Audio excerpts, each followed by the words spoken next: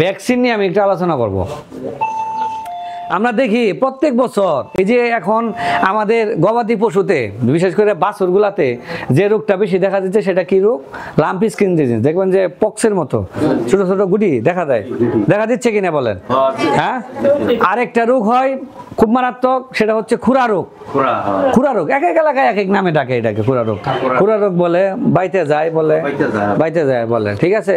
আরেকটা রোগ আছে যে গবাদি পশু সবচেয়ে মারাত্মক, সেটা হচ্ছে তরকা। তরকা রোগটা কি? তরকা রোগ আপনার লক্ষণ মানে লক্ষণে বুঝতে পারবেন না, এটা আপনার চিকিৎসা করার সময় দেয় না, মানে হুট করে মারা যায়। আরেকটা রোগ হয় বর্ষাকালে, যেটা মানে যে সমস্ত বাছুরের স্বাস্থ্য ভালো, যে সমস্ত বাছুরের স্বাস্থ্য ভালো সেগুলো হচ্ছে একটা রোগ হয় যে বর্ষাটা বাদলা, বাদলা রোগ, ঠিক আছে। না না না, বাদলা রোগ হচ্ছে আপনার পুসপুসের ব্যারাম হয় বলে, যে একটা বলে মানে লোকাল ভাষায় যে কথাটা বলে যে মানে হয় মানে ওই দেখা গেলো যে তার থোড়া থেকে পায়ের ওখান থেকে মাংস পচন ধরে আর কি, পচন ধরে, ঠিক আছে। এখন আমি কয়টা রোগের কথা বললাম? খুরা, তরকা, বাদলা আর লাম্পি স্কিন, ঠিক আছে। যদি আমরা যে মানে গবাদি পশুর খামার করি, ডেইরি বলেন, ফ্যাটেনিং বলেন, এই 4টা ভ্যাকসিন আমার নিয়মিত করতে হবে। কথা বুঝছেন? প্রথমে আসি মানে এই যে লাম্পি স্কিন ডিজিজটা, এটা এই লাম্পি স্কিন রোগটা এটা কিন্তু বিগত 2-3 বছর আগে কিন্তু আমাদের মানে দেশে ছিল না, এই রোগটা বাইরে থেকে আসছে, ঠিক আছে। সেক্ষেত্রে আমাদের ভ্যাকসিন ওইটার অ্যাভেলেবল নাই সরকারিভাবে, হয়তো বিএলআরআই থেকে আমরা একটা সিট পাইছি, হয়তো খুব শীঘ্রই আমরা মাঠ পর্যায়ে এটা দিতে পারবো ভ্যাকসিনটা। এটা বিভিন্ন কোম্পানি এই প্রাইভেটলি তারা মানে বাইরে থেকে কিছু ভ্যাকসিন ইম্পোর্ট করতেছে। এই লাম্পি স্কিন ডিজিজ এটা হচ্ছে একটা ভাইরাস গঠিত রোগ, ভাইরাস গঠিত রোগ, সেটার কোনো চিকিৎসা নাই। আপনি দেখবেন যে ছোটো বাছুরগুলোতে বর্তমানে শাহিওয়াল যাতে যে লাল বাছুরগুলো আছে এগুলো সবচেয়ে বেশি মারাত্মক। এই বাছুরগুলোতে লাম্পি স্কিন ডিজিজ হলে এগুলোর মর্টালিটি অনেক, প্রায় 80%-এর উপরে অনেক জায়গার ক্ষেত্রে মর্টালিটি দেখা দেয় যদি আপনার সময় মতো চিকিৎসা না করেন। এটা কি রোগ? ভাইরাস গঠিত রোগ। এটার প্রধানতম মানে অন্যতম একটা প্রতিকারের বিষয় হচ্ছে আপনাকে নিয়মিত ভ্যাকসিন করাতে হবে, ঠিক আছে। আপনার ভ্যাকসিন করাতে হবে, ভ্যাকসিন ছাড়া এটার কোনো বিকল্প কোনো রাস্তা নাই। সেক্ষেত্রে ভ্যাকসিনটা আপনারা কখন করবেন? লাম্পি স্কিন ডিজিজের ভ্যাকসিনটা কখন করবেন? আমরা করি কি, আমাদের ম্যাক্সিমাম খামারিতে একটা টেন্ডেন্সি হচ্ছে যখন কোনো রোগ দেখা দেয় ফিল্ডে, তখন আমরা ভ্যাকসিনের জন্য পাগল হয়ে যাই, ঠিক কিনা বলেন? ভ্যাকসিন হয়ে যায়। তো আসলে কি এটা ঠিক? আপনি আমার তো পরিবেশে জীবাণু চলে আসছে, আমার তো এনভায়রনমেন্টে আমার ভ্যাকসিন চলে মানে ভাইরাসের চলে আসছে, তখন যদি আমি ভ্যাকসিন করি তখন তো আমার 100% ইফেক্টিভ হবে না। ভ্যাকসিনটা করাবেন আপনার শীতটা চলে যাওয়ার পরে। প্রত্যেক বছর কিন্তু এই সময়টাতে কুরবানি ঈদের আশেপাশে কিন্তু আমার লাম্পি স্কিন ডিজিজটা দেখা দেয়। আমার ভ্যাকসিনটা করাবো কখন? শীতটা চলে যাওয়ার পরে পরে, যখন মানে এটাই হবে একটু হালকা গরম, তার আগে আমি ভ্যাকসিনটা করে নেব। লাম্পি স্কিন ডিজিজের ভ্যাকসিন মনে করেন যে 1 দিন বয়সের বাছুর থেকেও করা যায়, গর্ভবতী গাভীকেও করা যাবে। এখন আমি এটা 1 দিন বয়সে বাছুরে কিসের জন্য বলি, আর মনে করেন যে যদি হয়, ঠিক আছে, সেক্ষেত্রে কিন্তু আপনার বাছুরগুলাই বেশি সেন্সিটিভ, সেগুলি হয়। সেক্ষেত্রে এটা যদি আপনার ভ্যাকসিনটা নিয়মিত করেন, বিভিন্ন কোম্পানির ভ্যাকসিন পাওয়া যায়, হয়তো আমরা হোপফুলি আমরা আগামী কয়েক মাসের মধ্যে হয়তো আমরা সরকারি ভ্যাকসিনটা পাবো, তখন আমরা হয়তো লার্জ স্কেলে ম্যাসিভ আকারে আমরা ভ্যাকসিনটা করতে পারবো, ক্যাম্পেইন করে ভ্যাকসিন করতে পারবো। তার আগে আপনারা যারা আছেন তারা বেসরকারি ভ্যাকসিনের উপর আপাতত ভরসা রাখতে হবে।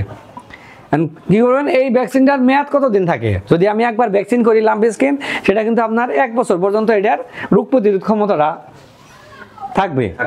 1 বছরের মধ্যে আপনার আর ভ্যাকসিন করা লাগবে না। তাহলে যে দেখেন এটা কি হলো, এটা আমাদের কিন্তু সচেতনতার অভাবের জন্য পরবর্তীতে ম্যাসিভ আকারে ভ্যাকসিনের চাহিদা পড়ে গেল সারা দেশে তরকা রোগ নিয়ে।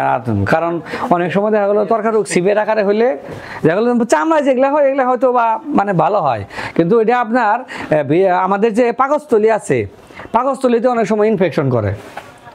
পাকস্থলী যেটা ইনফেকশন হয় সেটা কিন্তু মানে ম্যাক্সিমাম ক্ষেত্রে খুব মারাত্মক। সেক্ষেত্রে ত্বরকা রোগটা তাহলে কতটা ভয়াবহ দেখছেন। এবং সবচেয়ে বড় কথা হচ্ছে এই রোগ হলে গরু বাঁচে না, মারা যায়। সেক্ষেত্রে কি এটার ভ্যাকসিনটা আমাদের নিয়মিত করা দরকার না? সেক্ষেত্রে ত্বরকা রোগটা ভ্যাকসিনটা হচ্ছে আপনার 1 বছর বয়সে আমাদের এটা সরকারি ভ্যাকসিন অ্যাভেলেবল আছে। এক বছর বয়স থেকে আপনার ভ্যাকসিনটা করবেন। এবং এটা ভ্যাকসিনটা 1 মিলি করে চামড়ার নিচে আর কি, চামড়ার নিচে দিতে হয়, 1 মিলি করে চামড়ার নিচে। এটা দেওয়ার পরে কি এটা রোগ প্রতিরোধ ক্ষমতা এটারও 1 বছর পর্যন্ত এটা রোগ প্রতিরোধ ক্ষমতাটা থাকে। তাহলে দেখেন যে কত সহজ। আমরা আসলে ভ্যাকসিন দেওয়াটারে আমরা মনে করি যে একটা মনে করি আপদ মনে করি, অথচ যখন আপনার মানে এই যে লাম্পি স্কিন ডিজিজ হয়ে যায় যাদের হয় গরুতে দেখেন আপনার চিকিৎসা খরচটা কিরকম। গতকাল এক খামারে গেলাম, লাম্পি স্কিন ডিজিজ আছে। জিজ্ঞেস করলাম যে কত খরচ হয়েছে, 4-5 হাজার টাকা অলরেডি গেছে। গ্রামের যে পল্লী চিকিৎসক যারা চিকিৎসা করছে 4-5 হাজার টাকা অলরেডি খরচ হয়ে গেছে। আমি বলছি ভ্যাকসিন করেন না কেন, আগে বুঝি নাই। অথচ একটা ভ্যাকসিন করলে বেসরকারি ভ্যাকসিনও যদি করেন আপনার 300 থেকে 400 টাকা সর্বোচ্চ খরচ, আপনার বাছুরটা ভালো থাকলো। এখন একটা বাছুর যদি আপনার মারা যায়, একটা বাছুর মারা গেলে শুধু বাছুরের যে ইকোনমিক ভ্যালু তা তো না, বাছুরের একটা অর্থনৈতিক মূল্য আছে সেটা গেল, তার সাথে কি গেল আপনার 1 বছরের যে শ্রম, 1 বছরের যে গাভীর প্রতি ইনভেস্টমেন্ট, টোটালটাই কিন্তু আপনার শেষ। তারপরে নর্মালি যদি একটা বাছুর মারা যায়, বাছুর মারা যাওয়ার পরে কি হবে, গাভী কিন্তু পর্যাপ্ত দুধ দিবে না, ঠিক আছে। সেক্ষেত্রে তাহলে কি বললাম আমরা, ত্বরকা এবং লাম্পি স্কিন ডিজিজের কথা বললাম। আরেকটা রোগের কথা বলবো এখন, খুরা রোগ। খুরা রোগটা আগে দেখতাম যে একটা নির্দিষ্ট সময় হইতো, এখন কিন্তু সারা বছরই দেখা গেল যে খুরা রোগ মানে আমরা পাচ্ছি আর কি, ঠিক আছে। এটা আগে যেমন খুরা রোগটা এত মারাত্মক ছিল না, এখন বড় তো গাভীগুলা সুস্থ হওয়ার পরও মারা যায় হুট করে।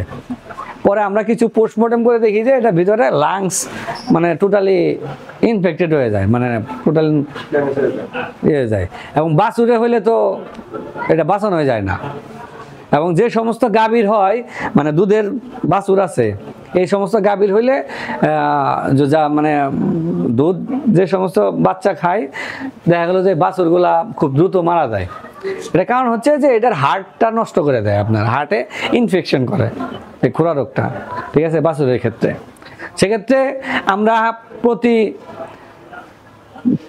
4 থেকে 6 মাস পর এই খুরা রোগের ভ্যাকসিনটা করবো আমরা, ঠিক আছে। এবং আমরা 6 মাস বয়স থেকে আমরা এই ভ্যাকসিনটা করতে পারবো, ঠিক আছে। তাহলে কি করবো আমরা 6 মাস পর এই খুরা রোগের ভ্যাকসিনটা করবো, 4 থেকে 6 মাস পর, ঠিক আছে। এবং এটার রোগ প্রতিরোধ ক্ষমতা থাকে 6 মাস। এটা কিন্তু আবার একটু কম, কারণ এটার অনেকগুলো স্ট্রেন থাকে তো এটার ভ্যারিয়েন্টটা বেশি আর কি, ঠিক আছে। এবং অনেক সময় আপনাদের প্রায়শই একটা অভিযোগ থাকে যে আমি ভ্যাকসিন করছি তারপরে আমার রোগ হয়েছে। দেখা গেল আমি লাম্পি স্কিন ডিজিজের ভ্যাকসিন দিছি বা খুরা রোগের ভ্যাকসিন দিছি, তারপরেও আমার গরু খুরা রোগ বা লাম্পি রোগে আক্রান্ত হয়েছে। এটা হয় কি না? অনেকের ক্ষেত্রে হয়, অনেক ক্ষেত্রে হয়। কারণ কি, একটা ব্যাকটেরিয়া বা ভাইরাসের যে কোনো দেহে প্রবেশ করার পরে তার যে লক্ষণ প্রকাশ পাওয়ার এই সময়টাকে বলা হয় যে তার সুপ্তিকাল, ইনকিউবেশন পিরিয়ড বলে। ইনকিউবেশন পিরিয়ড হচ্ছে 15 থেকে 21 দিন। এটা একটা রোগের ক্ষেত্রে এক রকম। এখন আমি ভ্যাকসিন দিলাম মনে করেন যে 7ম দিনে, অথচ অলরেডি তার শরীরে 7 দিন আগে ভাইরাসটা ইনফেক্টেড প্রবেশ করছে আছে। তার মানে কি সে ভিতরে করতেছে, আস্তে আস্তে আস্তে আস্তে আস্তে সে মাল্টিপ্লিকেশন হচ্ছে, রেপ্লিকেশন হওয়ার পরে তো যখন লক্ষণ প্রকাশ পাবে তখন তো আমরা বুঝি যে এই রোগে আক্রান্ত হয়েছে। তার আগে তো আমাদের বোঝার কোনো উপায় নাই। সেক্ষেত্রে আমাদের সেজন্য আমরা বলি সবসময় যে সুস্থ অবস্থায় সবসময় ভ্যাকসিন দিবেন। এবং ভ্যাকসিন দেওয়ার যদি 15 দিন পরে বা 1 মাস পরে উঠে, সেক্ষেত্রে আপনি বলতে পারেন যে ভ্যাকসিন ফেলিওর হয়েছে, ভ্যাকসিনে কাজ করে নাই। যদি আপনার 15 দিনের মধ্যে উঠে তাহলে আপনার ধরে নিতে হবে যে এই পশুর দেহে আগে থেকেই এই রোগটা ছিল। এখন আমি আরেকটা কথা বলি, ভ্যাকসিন কাজ না করার অনেকগুলো কারণ আছে, ঠিক আছে। ভ্যাকসিন কাজ না করার অনেক কারণ আছে। আমরা ভ্যাকসিনটা দেওয়ার কথা কখন বলি, ভ্যাকসিন সবসময় দিতে হয় ঠান্ডা আবহাওয়ার মধ্যে, সূর্যালোকের উপস্থিতিতে ভ্যাকসিন দেওয়া যাবে না। আমরা কি এটা মানি? মানে এই কথাগুলো একটু মাথায় রাখেন, একটু মাথায় রাখেন। ভোরবেলা এবং সূর্যাস্তের পরে পরন্ত বিকেলে তখন ভ্যাকসিন দিবেন। যখন দিনের বেলায় যে সময়টাতে তাপমাত্রা কম থাকে, পরিবেশে তাপমাত্রা কম থাকে, পরিবেশ ঠান্ডা থাকে, তখন আপনার ভ্যাকসিন দিবেন। ঠিক আছে? এবং ভ্যাকসিন দিবেন অনেকেই অভিজ্ঞ ভ্যাকসিনেটর, যারা ভ্যাকসিনের অভিজ্ঞ তাদের দ্বারা ভ্যাকসিন দিবেন। ঠিক আছে? তাদের দ্বারা ভ্যাকসিন দিবেন। অনেক সময় ভ্যাকসিন যদি আপনার যে কোনো, যেমন খুরা রোগের ক্ষেত্রে এটা 6 মিলি করে ডোজ, ধরেন আমাদের যে সরকারি ভ্যাকসিন আছে 6 মিলি করে চামড়ার নিচে দিতে হয়। এখন আমি তাড়াহুড়া করে আমি 6 মিলির চেয়ে যদি আমি তাড়াহুড়া করে দিলাম 1-2 মিলি বাইরে পড়ে গেল, আমার চামড়ার নিচে দিতে হয়, কিন্তু চামড়া ডিল করে তারপর দিতে হয়। এটা যদি 1-2 সিসি পড়ে যায় সেক্ষেত্রে কি এই ডোজটা কাজ করবে? হ্যাঁ, এক নম্বর হচ্ছে সময়টা সঠিক সময় দিতে হবে, সঠিক লোক দ্বারা দিতে হবে, এবং প্রপার ডোজে, মানে সঠিক মাত্রায় দিতে হবে, সঠিক মাত্রায় দিতে হবে, সুস্থ অবস্থায় দিতে হবে। ঠিক আছে? এবং মনে করেন যে আরেকটা বিষয় হচ্ছে ভ্যাকসিনটা পরিবহন।